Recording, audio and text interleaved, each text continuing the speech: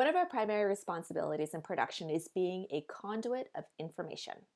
We are not the information. This is an important thing to distinguish because I find that production attracts a lot of type A personalities. We like to be in control, have all the answers, and are achievement oriented. At the same time, I have found in my experience at least that the weakest production staff I have worked with tend to have one thing in common. They never admit when they don't know something. When people don't admit if they don't know something, I find this leads to further problems, missing opportunities for collaboration and teamwork, and being inflexible for growth and feedback.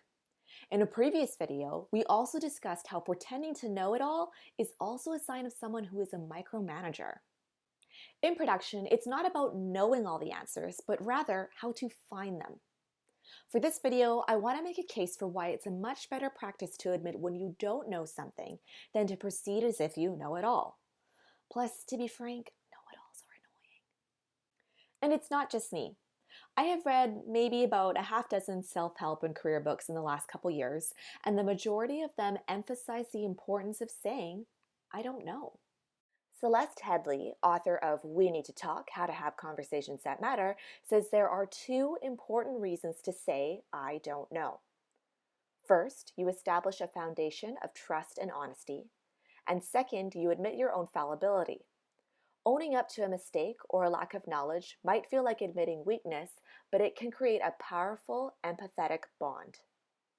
All this being said, in production, you can't, of course, just simply say, I don't know, and drop a topic.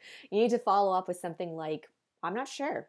I'm going to check our stats and I'll get back to you in 5 minutes. Or, good question, let me look into it and I'll get back to you ASAP. Annie Duke, author of Thinking in Bets, supports this, saying, what makes a great decision great is not that it has a great outcome. A great decision is the result of a good process, and that process must include an attempt to accurately represent our own state of knowledge.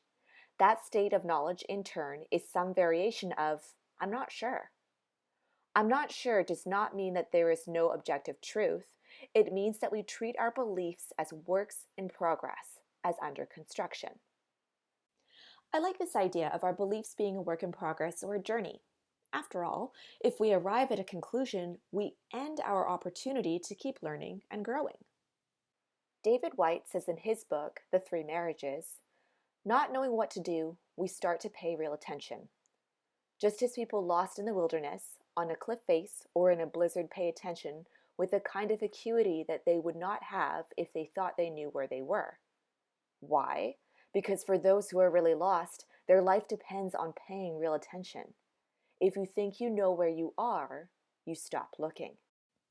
So then, in production, if it is best to admit when we don't know something, is there ever an end to it? As uncomfortable as it may seem, a lot of books I have read say no. There is no end to I don't know, and to get used to this.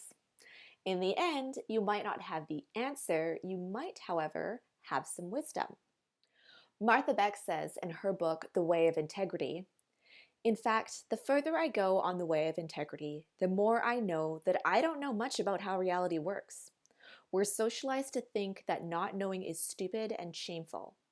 But in traditions like Zen, don't know mind refers to a way of thinking that's free from rigid concepts.